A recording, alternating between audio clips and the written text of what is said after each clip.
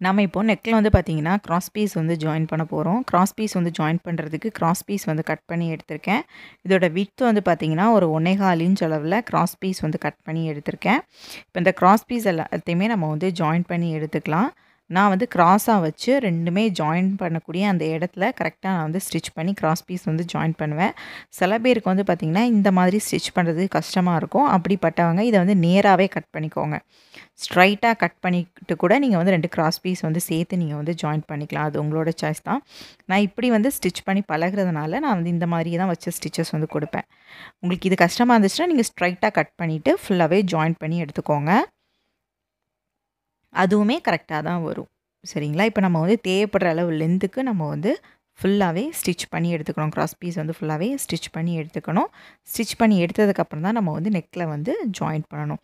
நெக்ல வந்து எப்படி ஜாயின் பண்ணுறதுங்கிறத அடுத்த ஷார்ட்ல பார்க்கலாம். Thank you.